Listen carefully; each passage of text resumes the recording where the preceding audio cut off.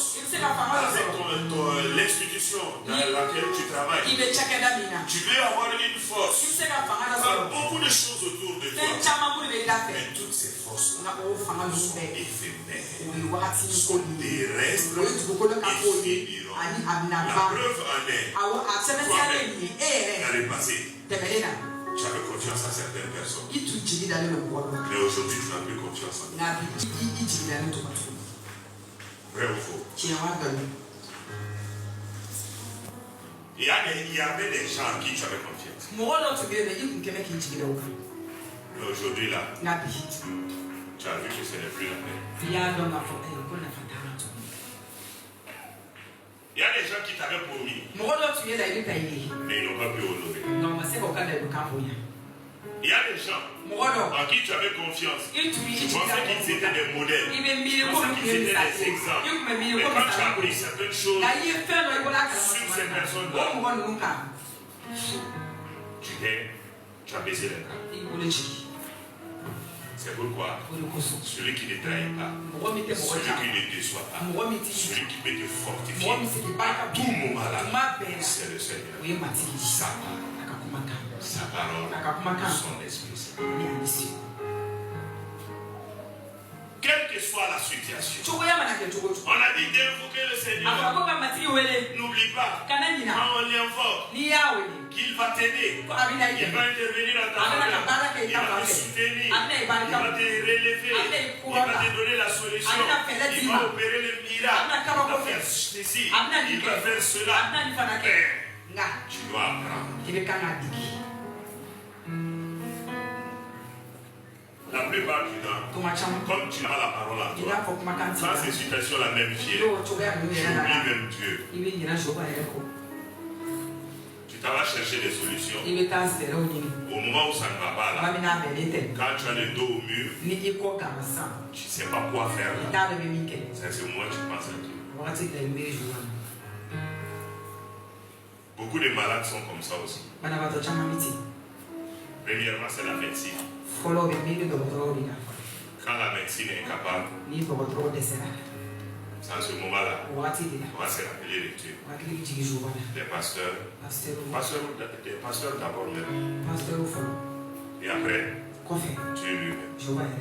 Mais la Bible te dit, pour le combat spirituel, victorieux, tu dois apprendre. Quand on dit apprendre, ce n'est pas ta prière qui va te donner ça. Et à chaque fois que tu es devant ces situations-là, tu dois te rappeler que tu dois te dire, c'est que le Seigneur m'avait dit, je vais tester ça ici. Alors Seigneur, qu'est-ce que ta parole dit par rapport à cette situation? Tu lis cette parole, tu décides de croire en cette parole, tu décides d'accepter cette parole, tu décides de vivre cette parole, tu décides de regarder au Seigneur sur la base de cette parole. Et ainsi, ta victoire va germer. Ta délivrance sera manifeste. Ta guérison sera pourvue. Apprendre à se fortifier dans le Seigneur. Je le reprends. Il y a beaucoup de personnes même ici, là, vous êtes découragés, vous êtes abattus, vous n'avez pas d'espérance, tout simplement parce que vous regardez aux hommes. Tu regardes trop aux hommes. Tu regardes trop à ce que les gens font. Tu regardes trop à ce qu'ils disent. Le dimanche surpassé, le Seigneur a parlé à quelqu'un ici. Que pourquoi tu es frustré? Pourquoi tu es frustré? Que Dieu n'opère pas avec les frustrés. Dieu n'opère pas avec les frustrés. Dieu lui-même, pourquoi il voulait travailler sur la terre? Il y avait les ténèbres sur la terre. Il y avait l'obscurité sur la terre. Genèse 1:1. Qu'est-ce que Dieu a fait? Qu'est-ce qu'il a fait? Il ne pouvait pas travailler dans les ténèbres. Dieu ne peut pas travailler dans la frustration. Quelqu'un qui est frustré là, moindre des choses, la personne va se fâcher contre toi. Même si tu fais du bien, la personne va voir que c'est le mal. Même les hommes vont t'éviter. Même moi, je vais t'éviter. pour ne pas que tu te contamines avec ta frustration. Il ne faut pas que tu me communiques ça, tu me transmettes ça. C'est moi souvent là, tu as déjà vu leur raconter des histoires bizarres là. Moi je dis, bon, c'est pas la peine. Viens directement. Parce que quand tu vas écouter ces choses-là, la petite fois que tu as là-bas, pareil, ça va finir.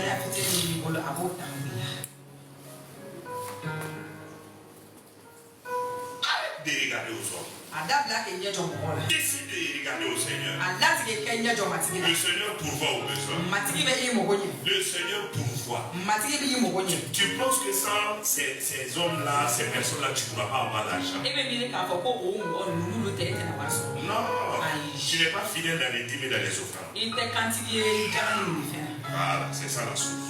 C'est pourquoi tu n'as pas d'argent. Tu ne sers pas aussi. C'est pourquoi tu es pauvre. Ça, c'est pas la prière. Ce n'est pas le jeûne. Ce n'est pas bénédiction, ceci. Ça, c'est un principe spirituel. Quand tu es fidèle dans les dîmes et dans les offrandes, et tu sers aussi ton grenier, ne sera jamais vide. Mais comme tu ne crois pas à cette parole-là, tu ne crois pas à ce principe biblique-là, c'est pourquoi aussi tu penses que sans ces personnes-là, toi tu peux pas avoir l'argent.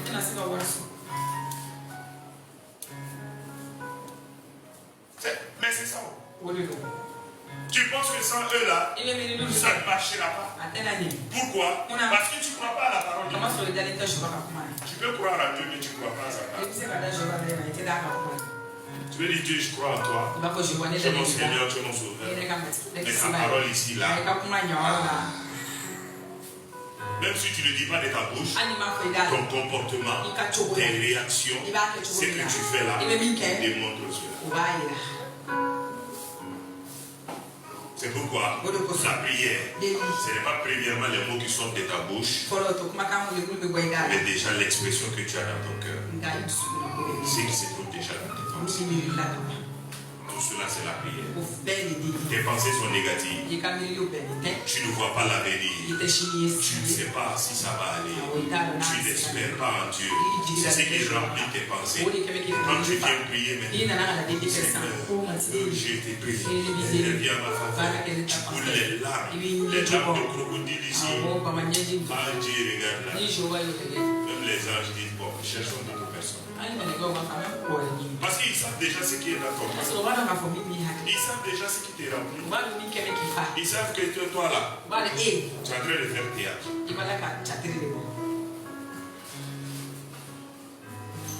y a beaucoup de chrétiens qui font théâtre. Leur pensée, ce qui les remplit, c'est autre chose.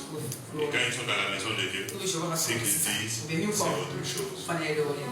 Même si c'est moi Dieu, je vais faire quoi? Tu as dit tchou, tu as dit tcha.